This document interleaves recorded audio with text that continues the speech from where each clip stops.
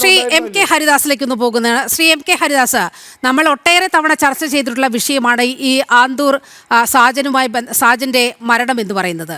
ഈ ആന്തൂർ ഈ വിഷയം ഉണ്ടായപ്പോൾ തന്നെ പാർട്ടിക്ക് എതിരായ നിലപാടെടുത്ത, ശ്യാമളയ്ക്ക് എതിരായ നിലപാടെടുത്ത ആളാണ് ടി കെ ഗോവിന്ദൻ. അപ്പോൾ മുതൽ എം വി ഗോവിന്ദൻ്റെ കണ്ണിലെ കരടായിരുന്നു ടി കെ ഗോവിന്ദൻ എന്നുള്ള കാര്യത്തിലൊന്നും നമുക്കൊരു തർക്കവുമില്ല. അപ്പോൾ ശ്യാമളയ്ക്കെതിരെ ആ മണ്ഡലത്തിൽ ആ ഇടത്ത് വലിയ ജനകീയ പ്രതിഷേധം നിലനിൽക്കുന്നൊരു സാഹചര്യമുണ്ട്. അപ്പോൾ മൂന്നാം തവണ MLA സ്ഥാനം ഒഴിഞ്ഞ് അത് ഭാര്യയ്ക്ക് PK ശ്യാമളയ്ക്ക് നൽകുമ്പോൾ സ്വാഭാവികമായും ഉയർന്നു വന്നേക്കാവുന്ന ജനകീയ രോഷങ്ങളെ കണ്ടില്ലെന്ന് നടിക്കുകയാണ് പാർട്ടി ചെയ്തത്. അപ്പോൾ ടി കെ ഗോവിന്ദൻ വളരെ കൃത്യമായി കാര്യങ്ങൾ പറഞ്ഞിട്ടുണ്ട്. PK ശ്യാമള ഈ വിഷയത്തിൽ തെറ്റുപറ്റിപ്പോയി എന്ന് പറഞ്ഞത് ടി കെ ഗോവിന്ദനാണ്. അപ്പോൾ അത് ഈ തെരഞ്ഞെടുപ്പ് കാലത്ത് മാത്രം ഉയർന്നു വന്നൊരു പ്രശ്നമായി അതിനെ കാണാൻ കഴിയുമോ? ഒരിക്കലുമില്ല. അത് തെരഞ്ഞെടുപ്പ് കാലത്ത് മാത്രം കാണുന്ന വിഷയമായിട്ട് അതിനെ നമുക്ക് ആ വിഷയത്തെ കാണാൻ സാധിക്കില്ല എന്ന് മാത്രമല്ല, ഇന്ന് വൈകുന്നേരം ശ്രീ ടി കെ ഗോവിന്ദൻ പറഞ്ഞിരിക്കുന്നത് ആന്തൂരിലെ കഥകൾ എന്നെ കൊണ്ട് മുഴുവൻ പറയിപ്പിക്കല്ലേ, നാണം കെടും എന്നൊരു വാക്ക് അദ്ദേഹം പറഞ്ഞു വെച്ചിട്ടുണ്ട്. അപ്പൊ നമ്മളിപ്പോ ഏറ്റവും കൂടുതൽ പ്രതീക്ഷിക്കുന്നത് എന്താ വെച്ചാൽ, കോടതി ഇടപെടലോടെ ഈ ആന്തൂരിലെ സാജൻ എന്ന് പറയുന്ന വ്യവസായിയുടെ ആത്മഹത്യക്ക് കാരണക്കാരായവരെ കണ്ടെത്താൻ വേണ്ടിയിട്ടുള്ള ഒരു പുനരന്വേഷണം ആവശ്യമായി വന്നിരിക്കുകയാണ് ടി കെ ഗോവിന്ദന്റെ വെളിപ്പെടുത്തലിലൂടെ. സാജൻ ആത്മഹത്യ ചെയ്തു. സാജന്റെ ഭാര്യയെയും കുടുംബത്തെയും ഒക്കെ അങ്ങേയറ്റം കരിവാരിത്തേക്കാൻ വേണ്ടി CPM എന്ന് പറയുന്ന പാർട്ടി അവരുടെ മാധ്യമങ്ങളൊക്കെ ഉപയോഗിച്ചു. ആ സംഗതികളൊക്കെ അവിടെ അവസാനിച്ചു എന്ന് കരുതുന്നിടത്താണ് ശ്രീ ഗോവിന്ദന്റെ ടി കെ ഗോവിന്ദന്റെ ഇത് വന്നിരിക്കുന്നത്. തളിപ്പറമ്പ് സ്ഥാനാർത്ഥി നിശ്ചയത്തിൽ കലഹിച്ചുകൊണ്ടാണ് ടി കെ ഗോവിന്ദനെ പോലെ ഒരു മുതിർന്ന നേതാവ് ഈ പാർട്ടിയോട് കലഹിച്ചത് എന്ന് വിശ്വസിക്കാൻ പറ്റുന്ന ഒരു വ്യക്തിയല്ല ഞാൻ. കാരണം ടി കെ ഗോവിന്ദനെ പറ്റി അറിയുന്നവർക്ക് അറിയാമത്. അത് ശ്രീ സതീഷ് എന്തിന്റെ അടിസ്ഥാനത്തിലാണ് അങ്ങനെ പറഞ്ഞത് എന്ന് അറിയില്ല. ഇനി ഇവിടെ ഒരു കാര്യമുണ്ട്. ഈ നമ്മുടെ എന്താ പറയണ്ടേ, MV ഗോവിന്ദൻ വേണ്ടിയിരുന്നത് എന്താണെന്നറിയോ?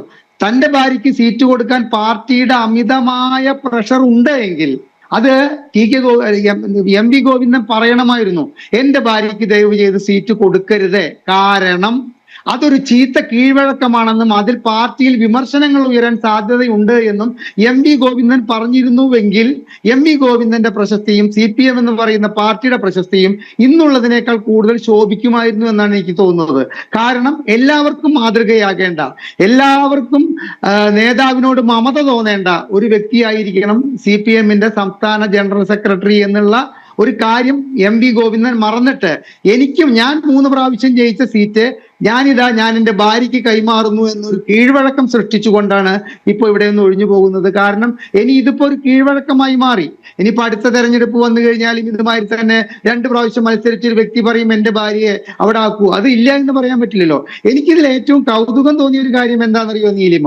ഈ ടി കെ ഗോവിന്ദൻ നടത്തിയിട്ടുള്ള പത്രസമ്മേളനത്തിൽ അദ്ദേഹം പറഞ്ഞു, PK ശ്യാമളയെ സ്ഥാനാർത്ഥിയാക്കണമെന്ന MV ഗോവിന്ദന്റെ വാദത്തോട് പിണറായി വിജയൻ എന്തുകൊണ്ട് പ്രതികരിച്ചില്ല എന്നുള്ളത് എന്നെ അത്ഭുതപ്പെടുത്തുന്നു എന്ന് ടി കെ ഗോവിന്ദൻ പറഞ്ഞു. ഞാൻ അത്ഭുതപ്പെടുകയാണ്.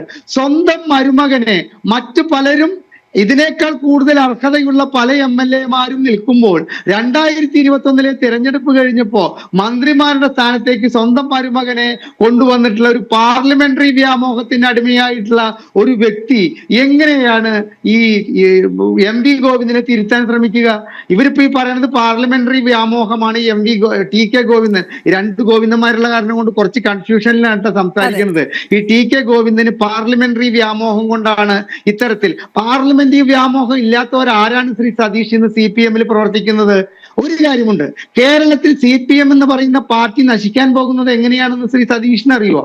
ഈ അണികളുടെ ഇത്തരത്തിലുള്ള അരുതായ്മകൾക്കെതിരായിട്ടുള്ള അണികളുടെ കൃത്യസമയത്ത് അതിനെ വിമർശിക്കാത്ത, അതിനെ തിരുത്താത്ത നിസ്സംഗത ഒന്നുകൊണ്ട് മാത്രമാണ് അടുത്ത 10 വർഷത്തിനുള്ളിൽ ഈ പാർട്ടി പേപ്പറിൽ എഴുതി വെക്കത്തക്ക തോതിൽ ഒതുങ്ങാൻ പോകുന്നത്. ഈ ഒറ്റ കാരണം കൊണ്ടാണ്. കാരണം ഇവിടെ ഒരു ടി കെ ഗോവിന്ദൻ മാത്രമല്ല, ഒരുപാട് ടി കെ ഗോവിന്ദന്മാരെ കേരളത്തിൽ ഉണ്ടെങ്കിലും ടി കെ ഗോവിന്ദനെ മാതിരി അത് തുറന്നു പറയാൻ പലരും മടിക്കുന്നതിന്റെ ഒരു ഉദാഹരണമാണ് ഇന്ന് CPM എന്ന് പറഞ്ഞ പാർട്ടിക്ക് നേരിട്ടിട്ടുള്ള അപച്യുതി എന്ന്